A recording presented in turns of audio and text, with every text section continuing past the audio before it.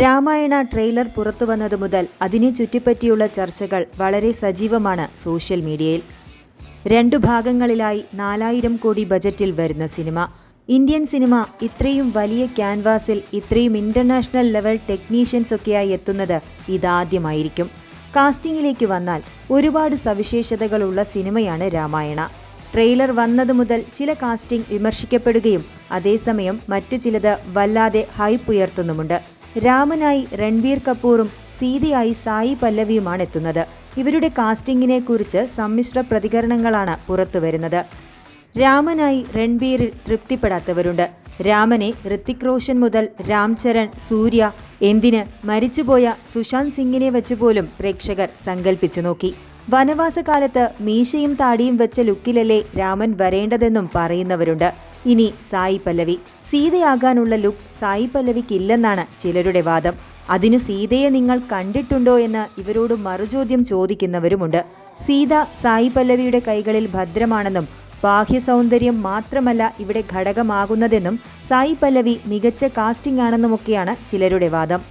ശരിക്കും ട്രെയിലർ ഇറങ്ങിയതു മുതൽ ഹീറോ ആയത് രാവണനാണ്. യാഷിന്റെ അപ്പിയറൻസ്, സ്ക്രീൻ പ്രസൻസ് എല്ലാം രാവണനെക്കുറിച്ചുള്ള പ്രതീക്ഷകൾ ഇരട്ടിപ്പിക്കുന്നു. രാമായണയിൽ രാവണനായി യാഷ് എത്തുന്നു എന്ന് അറിഞ്ഞതു മുതൽ നല്ല പ്രതീക്ഷയായിരുന്നു ആരാധകർക്ക്.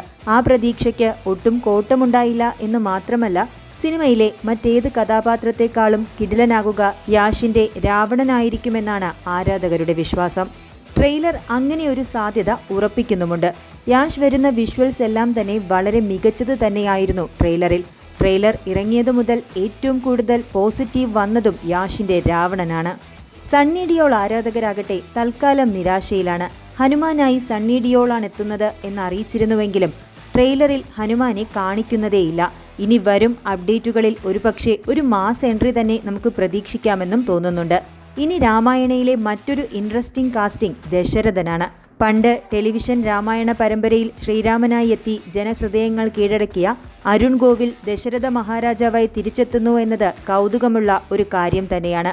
അതേസമയം ഇന്ത്യയൊട്ടാകെ ട്രെൻഡിംഗ് ആയ ടെലിവിഷൻ സീരിയലിൽ ശിവനായി എത്തിയ മോഹിത് റെയ്ന രാമായണയിലും ശിവനായി എത്തുന്നു എന്ന തരത്തിലുള്ള അഭ്യൂഹങ്ങൾ നേരത്തെ പുറത്തു വന്നിരുന്നു. ആ എൻട്രി സത്യമാകാനായി കാത്തിരിക്കുന്നവരും കുറവല്ല. സംഭവം സത്യമാണെങ്കിൽ മോഹിത് റെയ്നയുടെ ടെലിവിഷനിലെ ശിവൻ ബിഗ് സ്ക്രീനിൽ എത്തുന്നത് വലിയ ആവേശമാകും ആരാധകർക്ക് സമ്മാനിക്കുക. നമ്മൾ മലയാളികൾക്ക് അഭിമാനിക്കാനായി നടി ശോഭനയും നിതീഷ് തിവാരി സംവിധാനം ചെയ്യുന്ന രാമായണയിൽ ഒരു വേഷത്തിൽ എത്തുന്നുണ്ട്. രാവണന്റെ അമ്മ കൈകേസിയുടെ റോളിലാണ് ശോഭന എത്തുന്നത്. അങ്ങനെ എല്ലാം കൊണ്ടും ഇന്ത്യൻ സിനിമ കണ്ട ഏറ്റവും വലിയ താരനിരയാണ് ഈ ഇതിഹാസ സിനിമയ്ക്കായി അണിനിരക്കുന്നത്. പല പ്രധാന റോളുകളിലും പ്രശസ്ത താരങ്ങൾ തന്നെയാണ് എത്തുന്നത്. ലോകമെമ്പാടുമുള്ള തിയേറ്ററുകളിൽ വമ്പൻ റിലീസായി രാമായണ എത്തുമ്പോൾ നമ്മുടെ താരങ്ങൾ മിന്നും പ്രകടനം കാഴ്ചവെക്കുന്നതിൽ നമുക്ക് അഭിമാനിക്കാം.